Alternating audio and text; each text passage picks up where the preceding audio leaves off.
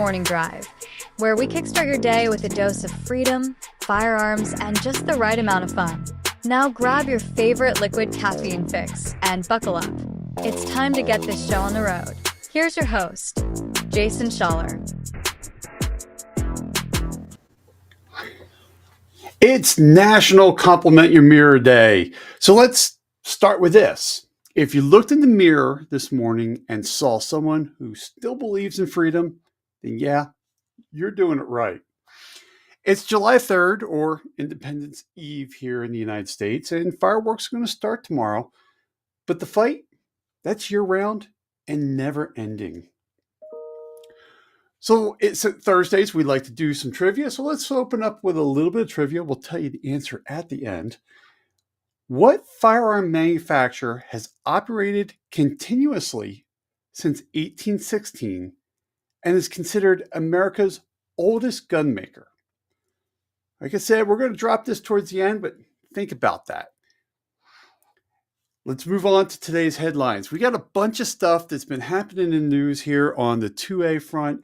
And it's worth talking about. Now, this one's a little bit older, but we haven't talked about it on the show. DOGE, or the Department of Government Efficiency, is looking at eliminating 50 plus ATF rules. So this is going to be kind of interesting because, like I've said, we got to be careful about these executive orders and things like that because, well, they can be overturned, right? So, but DOGE is looking at cutting about 50 ATF rules. They're also looking at revamping the 4473 to cut it down from 7 pages to 3 pages. So for those of you that have not bought a gun or that you're not a U.S. citizen, we fill out what's called the 4473. And that's when you purchase a firearm, you fill it out, and you got to put a bunch of stuff on there. Then your dealer puts all their stuff on it. And that's the federal paperwork that we file. When I was an FFL, I've always had a problem with the 4473. I did not like this form. And we got a thumbs up there. Thank you so much, Ricardo. Thank you for the super chat there for $3. Really appreciate it, man. It goes a long way. It's been a while since I've seen you, brother. So thanks for showing up. I had a problem with the 4473. I even did a podcast episode on it. This was a short one. Is the 4473 racist? This came about when there was a modification to the 4473. I had a customer of mine that got kind of, well, I wouldn't say mad. They got a little upset because he filled it out and it asked you a lot of questions about, your race and, your height, your weight, all that type of stuff. So he filled out his race and he was Asian. And, but a mandatory field was whether you were Hispanic or not Hispanic. So I'm going through the form when he filled it out. I go, are you Hispanic or not Hispanic? He goes, I'm Asian. I go, but are you Hispanic or not Hispanic? And I pointed to the form. He's like, that's the dumbest question around. I go, I get it. I totally get it. And the reason why I did that whole podcast episode is the 4473 racist is, what does race have to do with you buying a firearm or owning a firearm? It has nothing to do with it. If it has nothing to do with your ownership of a firearm, why is that even out there? It shouldn't even be on the form. So that really, really, really pissed me off when I was a gun dealer. We have Gunmetal USA. Morning, everyone listening in the background while doing chores. Man, thanks for joining us. We also have C&T Arms out there.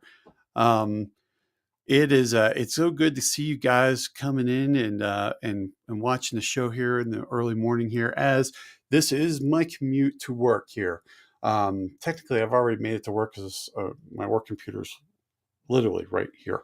But anyways, so the 4473 is it's a crap design. It's a crap form. So they're looking at cutting it down. And to give you an idea, half of the 4473 is really how to fill out the 4473. That's why they're cutting that back. I'm not sure if they're actually cutting the 4473 or they're just getting rid of the directions. C&T Designs out there. It goes to the foundation of the registry. So yes and no. I'm not saying that's not true. It just depends on really the state that you buy a firearm and the state laws. But when an FFL does go out of business, like I did, and after 10 years, I turned in my license. And guess who gets all the 4473s at that point? Just saying. So other than that, the dealer keeps the 4473s until they go out of business or they are requested by the ATF in an audit. But the government does not get the 4473s until that happens. Let's talk. Let's see here. So they're also looking at cutting about 500 ATF inspectors. They're either going to be reassigned or let go. So it's kind of that's kind of an interesting thing there. Good metal. See, tap the like button on the way out. Yes, absolutely. Thank you so much. That helps more than you realize, guys. When you do the like button, it does signal the algorithms. So we're looking at having less ATF inspectors. They're also looking at getting rid of the zero tolerance policy. So Biden put that in, the zero tolerance policy. Look, guys, this is how bad the zero tolerance policy was. If an ATF, and not an ATF, if an FFL did not literally dot an I or cross a T, they could lose their license. I mean, like literally that level of zero tolerance. They could get their license pulled. Now, when I was in an FFL and I realized I'm out here in Montana, things are a little bit different. The people, the agents out here were a lot better, right? I mean, they were just easier to work with. Even going to like industry day where we would sit there and they would talk to us about problems and things like that. And they were like, look, we don't want to pull your licenses. Now, this is, God, back when Obama was in office, right? Like, we want to work with you to work you through your problems. But if you're just not doing the job, we're going to have to do it, right? We're going to have to pull your license. So, you have these agents like that are great. They love firearms. They love freedom. And I'm not saying, look, guys, there are some bad ones out there. There's bad apples in every bunch. But there's a lot of good people at the ATF. But look, I'm not saying that the ATF does not need to be overhauled. It does. It needs a lot of work, but we need to do this the right way. This is a step in the right way, but we need to start dealing with this through laws, right? We need Congress to pass laws so that way the steps we take forward don't go back when there's another election. So overall, this is a win for freedom. Just, or do you think this is just really kind of theater, right? Either way, I think we're moving in the right direction. I do think there's a little bit of theater going on, but I'd love to hear your comments. If you're watching this on replay, go ahead and drop a comment in the comment section. If you're live on the show with me, man, feel free to drop it in the chat there. So number two, I know we spent a lot of time on that. The second thing that we've got here is Wyoming ends gun-free zones. So HB 172 became law.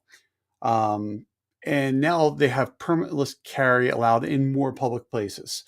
They just turned, Wyoming turned gun-free zone signs into collector's items, which is always a good thing. Look, when we went permitless carry here in Montana, we got rid of a lot of those gun-free zones. And what's so funny is everybody's like, "Oh my God, it's going to be a freaking war zone." No, it did not happen. It's funny how that is. Those gun-free zones are just a haven for uh, people just want you to be disarmed. So Wyoming took a good step forward. The one thing that was nice about Wyoming is they had permitless carry for way longer than Montana did. Going down into Wyoming for business and even for like vacation stuff, I was always kind of jealous at Wyoming with their carry laws. So it's good to see that.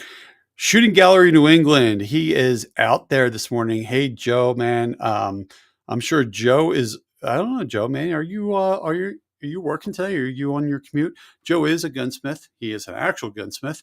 So and he has a college degree to prove it. Good friend of the show. Good buddy of mine. Got some great stuff going on over his show. So let's move on. One of the things I liked seeing this morning was Missouri. Actually, when I was putting this together, we saw this a few days ago.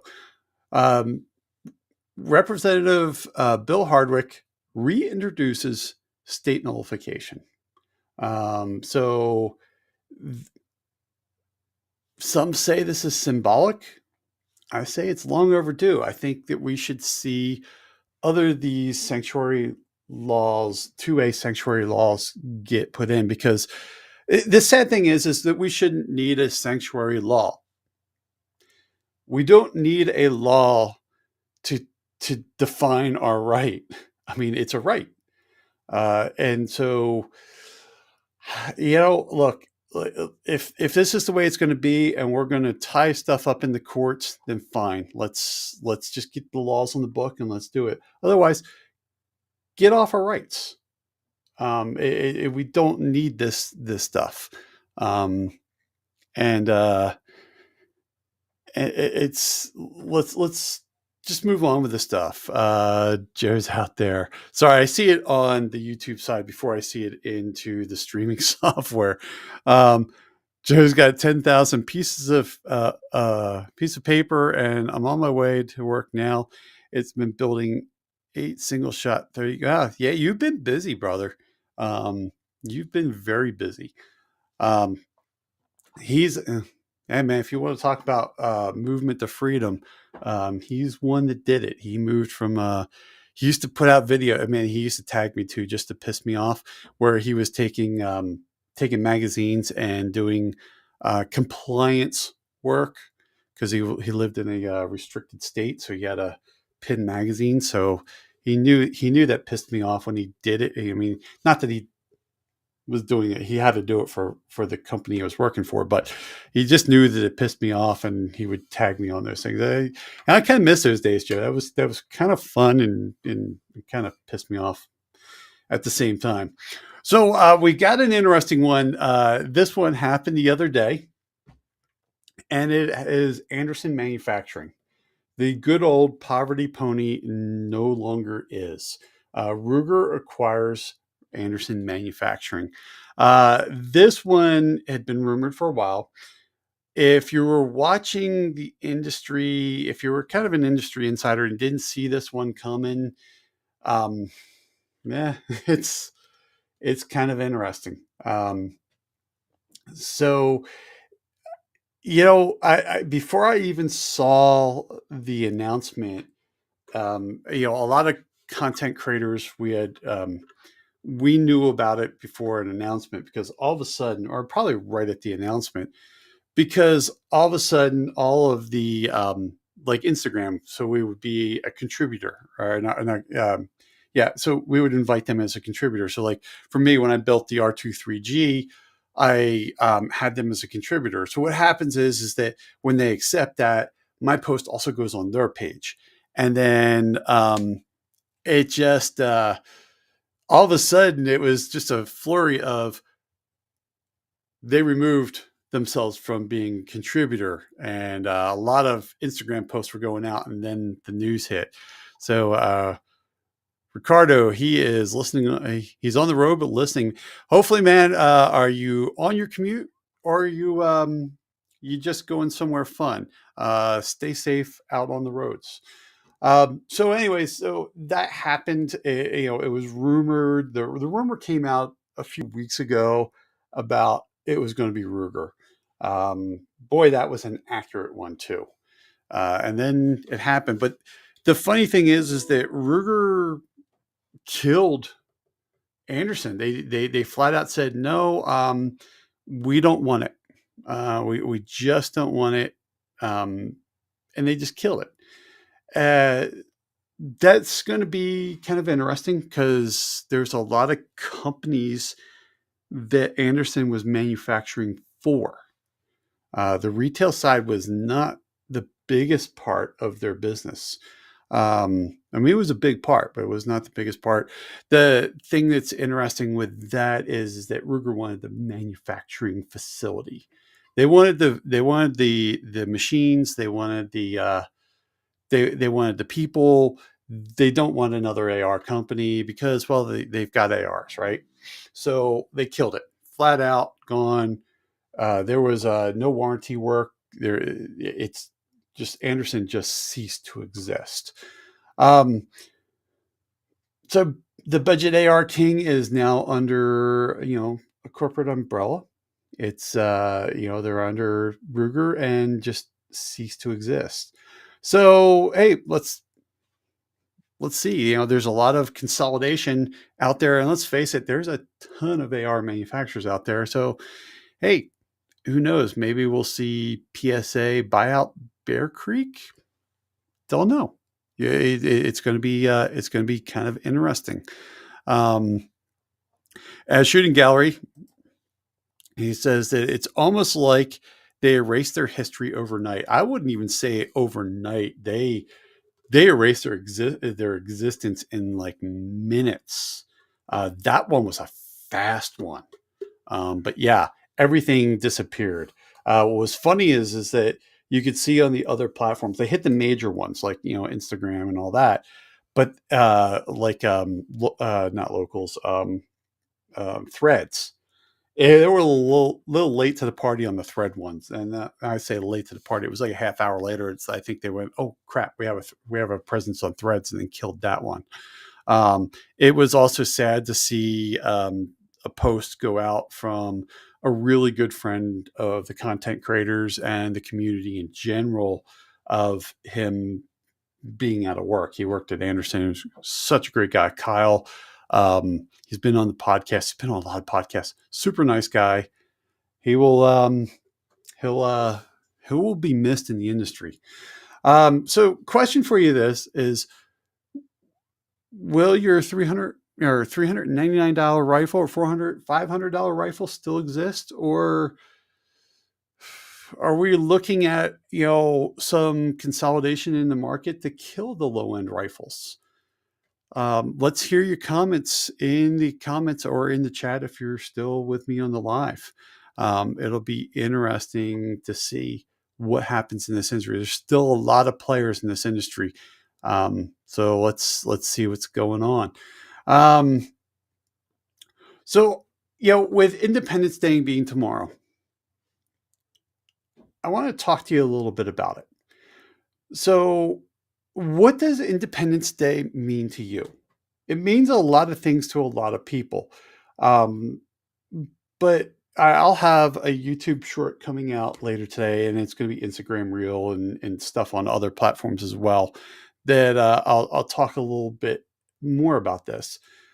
But 4th of July isn't like, it really isn't the celebration of freedom. I mean, we celebrate freedom, but it's a mindset, right? So we do think about our freedom, but have we lost really the meaning of this holiday? Let's see here. Joe's still out there talking about Anderson. He goes, I would say buy Anderson. say buy Anderson Park kids as you can. I think he meant to say part kits. Sorry, man. He's probably typing as he's driving. Not the smartest thing to do, but I do appreciate him being out there. Um, buy as many parts. He's basically saying buy as many Anderson parts kits as you can before they're gone. It's weird to say that in a couple of years, Anderson will be considered military surplus. Yeah, that's kind of funny. C&T Designs, we will still have low-cost guns, but nowhere near as good. But going back to the 4th of July, what does it mean to you? A lot of people think it's a day off of work. We've desensitized ourselves to our own holidays. So I want to hear what it means to you, because it kills me where it's become a day off from work. I mean, yes, don't get me wrong. I totally enjoy a day off of work, but and I like the idea of people getting together and seeing each other. But let's remember that what happened in this country 250 years ago. It was, we stood up to a tyrannical government, and it's just people lost their lives because of this. I mean, people committed treason in order for us to have a country. So let's remember that. Let's remember people died for this. We just need to get back to the spirit of our country.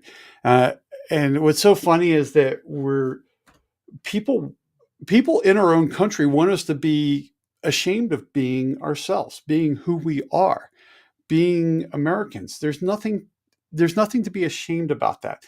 There is we should be ashamed about letting our politicians run our lives like we do. And I don't mean just one side of the aisle. I mean both sides of the aisle. They both suck. They both do things that are against our best interests and our freedoms. So we need to stand up a little more to our own politicians and make them do what we want them to do, not what they want to do. Think about this as you're celebrating the holiday. I totally get that you should have fun. I'm not saying that we should not have fun. Totally have fun. Enjoy yourself, but take a moment, even if you just take a second and just realize what happened for you to have that barbecue, for you to sit there and have that day off of work, for you to do whatever you're going to do. Now, remember, there are some people that don't get this day off. We have the first responders out there. We have medical people. There are people who don't get that day off. So also remember that while we're doing this, not everybody gets that day off. Remember them, because they're there for in case something happens or something goes wrong. Like every headline we covered today in the news segment is really kind of a reflection of that spirit, right? It's, well, the exception, I would, with the exception of Anderson there. Anderson's just flat out capitalism, right? But think about this, getting rid of the gun-free zones, saying no, we're not going to listen to you, and we're just not going to do this whole thing. The one segment I didn't talk about, or the one thing I didn't talk about was out in Oregon. They've got that whole magazine ban going on out there, and some of the sheriff's departments are just going, screw it. I'm just not going to enforce it. We're seeing some civil disobedience in uniform. So, and we've been seeing this around the country for a couple of years. It's kind of interesting to see this. Our sheriff here in Lewis and Clark County, he took a lot of heat a few years ago. There was a takedown of a grow operation here. So, it's kind of interesting because it was legal in Montana, but still illegal federally. We loosened up the laws a little more in Montana, but yet before those laws were loosened up, he aided the feds with that raid. Took a lot of heat for that. Just realize when you're electing a sheriff is an elected person. Just realize, do your research on who you're electing, not just your politicians, but yes, a sheriff is a politician. So think about these things. We talked about a lot of freedom, a lot of ways that people are just kind of stabbing at our stabbing at the people that are trying to take away our 2A rights. Make sure you support the people that are supporting you, and make sure that you vote out the people who are going to trample on you. So let's get back to the trivia. Which American firearm manufacturer has been operating continuously since 1816? If you guessed Remington Arms, you're correct. Now here's the kicker. Remington's been bankrupt, split up, bought, and sold more times than a used High Point. Right? I mean, let's face it. The last breakup of Remington was kind of spectacular. I mean, it was like the train wreck that everybody couldn't stop watching. When I was a dealer, and I hated dealing with Remington. I'll be honest with you. I absolutely hated dealing with Remington. And then they would buy another company. I'm like, damn. I remember when they bought DPMS. I sold a bunch of DPMS, good or bad. Yeah. Anyways, they bought DPMS, and I lost my DPMS salesperson. I had to deal with a Remington person that I absolutely hated. Hated dealing with the company, and maybe they wanted you to have to buy like $30,000 worth of stuff. I'm a small dealer. I can't afford $30,000 worth of stuff, right? So I had to buy through distributors to buy the DPMS stuff, which raised my cost, which transferred into I had to charge more for the guns. I used to have Storm Lake barrels when I used to sell a lot of Storm Lake barrels. And man, the day that Remington bought that, I got a call from that sales guy that I hated. So anyways, not to bash on Remington, but it kind of deserved being brought up. It's almost like they almost like bought things just to kill companies. Vista Outdoors owns the ammo. Actually, I don't even know if Vista Outdoor owns the ammo anymore. Didn't they get sold? Didn't the ammo get sold overseas?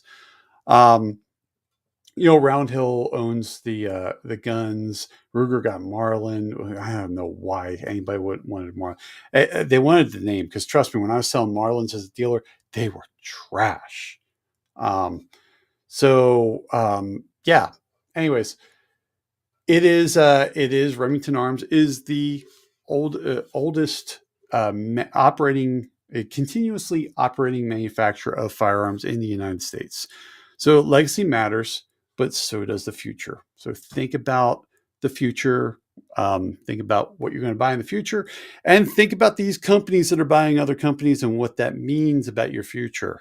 Just like what we talked about with Anderson. So look, we are down at the bottom here. I'm going to have to make the right hand turn into the parking garage and log into work. So I really appreciate you guys dropping by the show today. There is a community poll out on YouTube tomorrow. So make sure you swing by there and answer that. And look, if this show hits home, share it with somebody who thinks freedom is automatic. Also, man, give me a thumbs up. And make sure you hit my website at trb.fyi to help support the mission. I've got a lot of great stuff out there. I got a lot of great companies that I work with, and they would appreciate your support too. So make sure you check out trb.fyi/boomlube, Aegis Gun Care, and trb.fyi/go, G-O, Gideon Optics. They are some great companies, and if you make a purchase through those, you help the show out. Look, the Rogue Nation isn't a brand. It's a warning label for tyranny. Stay alert. stay armed, and stay free.